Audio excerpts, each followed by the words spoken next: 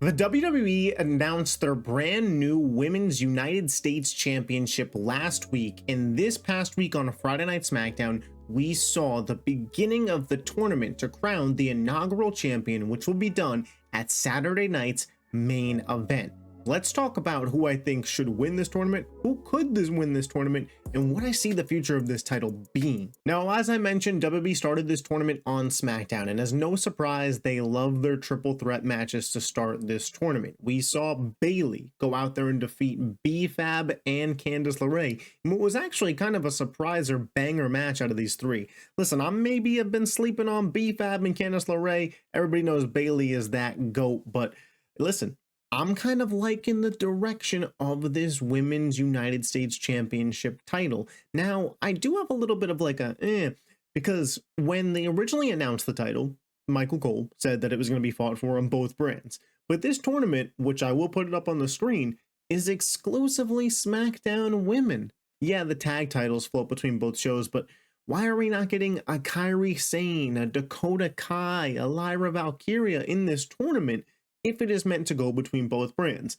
My one little nitpick, maybe that means there's a Women's Intercontinental Championship on the way. But as I mentioned, this is a pretty solid bracket, and I'm going to put it back up on the screen for you to have some reference points here. However, let's talk about who's not winning this tournament before we talk about who could win this tournament. Obviously, who's not? Candice LeRae and B-Fab already eliminated. Blair Davenport and Elektra Lopez. Good futures in the company. I especially like some of the stuff that I saw from Blair Davenport earlier on in her SmackDown debut, but there's just not enough momentum for either of these two women at the moment. It's not to say that they can't get to the point of winning this title one day, but as the inaugural champion with zero momentum going into this tournament, I just don't see it happening. Bianca and Jade are currently the women's tag team champions, and while I'd be fine with one of these two holding the title in the future, it feels kind of stupid to have them hold this title hostage while also being tag champs, and it feels like we're headed towards more of a bigger picture down the road at WrestleMania. Whether that's Bianca Belair turning on Jade Cargill or the other way around, it feels like that match is destined to happen in Vegas. And as much as I love my girl Tiffany Stratton, there's just bigger things ahead for her in the future. That Money in the Bank briefcase, the bully that Nia Jax has been for her, that storyline is already developing. You're not going to just put this US title on Tiffany when it's not really going to be the focus of her character. Love you, Tiff, but you're not winning this championship. And before I break down exactly who I do think could win this title, I want to give you guys a reminder to subscribe to the channel if you love wrestling, especially the WWE.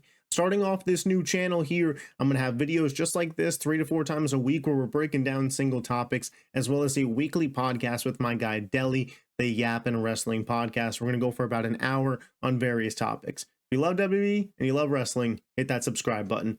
Now back to the video. All right, so I think the best way to break this down at this point is to rank the 5 women left in this tournament who I do think have a shot at winning the title. Coming in at number 5 is Piper Niven.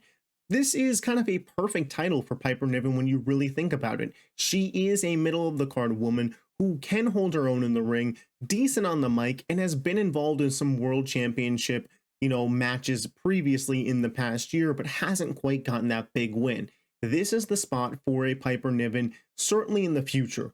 But I do have her at number 5 here because I don't see it right now for a couple of reasons. One, momentum. I talked about this previously in the category of who's definitely not winning it, but even for Piper, I just don't think the momentum is fully there for her right now. She hasn't been getting pushed, she hasn't been really featured, she's been more of a side character, and that kind of plays in a reason number 2.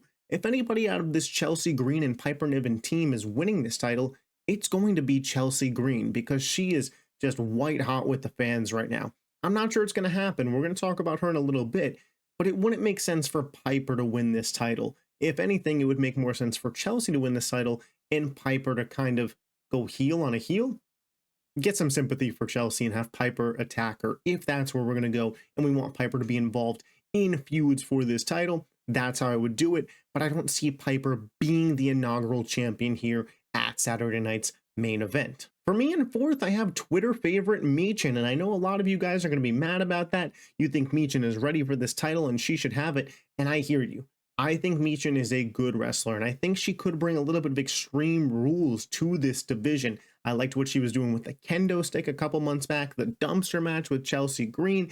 All of it is really solid, and I get it. A lot of people's argument is this United States Championship should be for competitors like Michin to take that next step up the ladder, move forward, progress, be a mid-card champion, prove your worth, and then get the fans behind you to go to the main title. I hear you. I'm with you.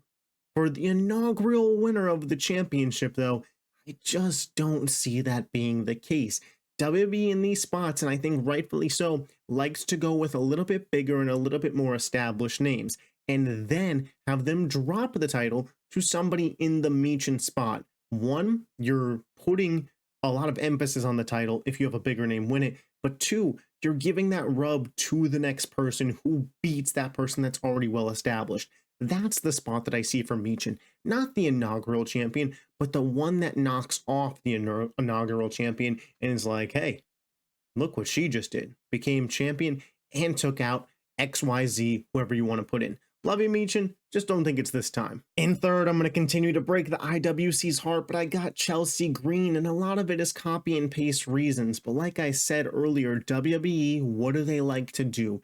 In these spots, have an established person. When you go back and look at this championship history, you want it to be a name that we all know, we all love, and we know was established. Chelsea's had a really solid year in WWE.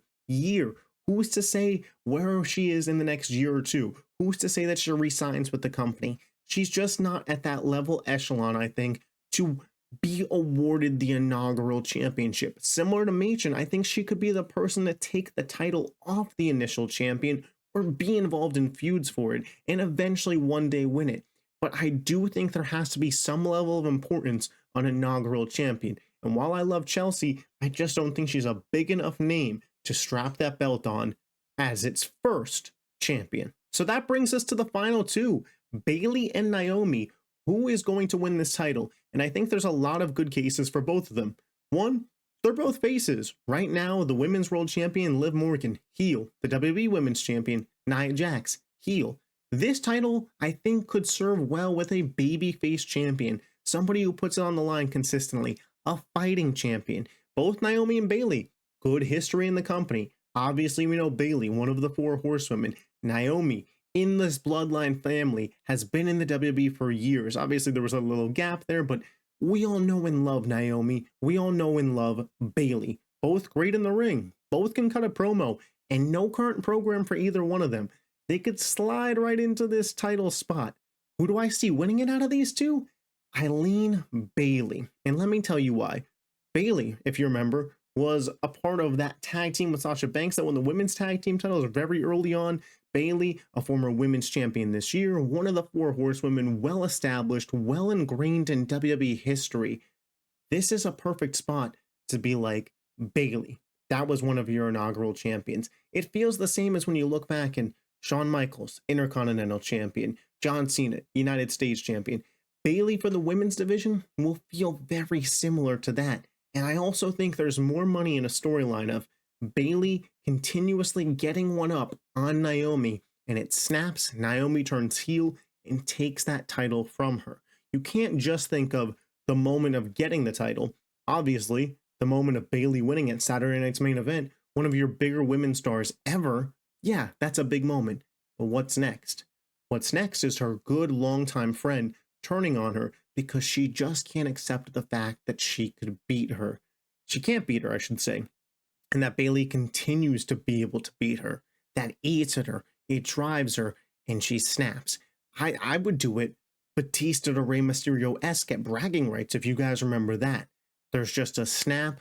Why do you keep doing this to me? Why do you keep taking my opportunities? You did it for the women's title. But those are just my thoughts. Let me know yours in the comment section. Who do you think should be the first US women's champion? And again, I know I pushed it a couple times in this video, but I'm starting off a new channel here.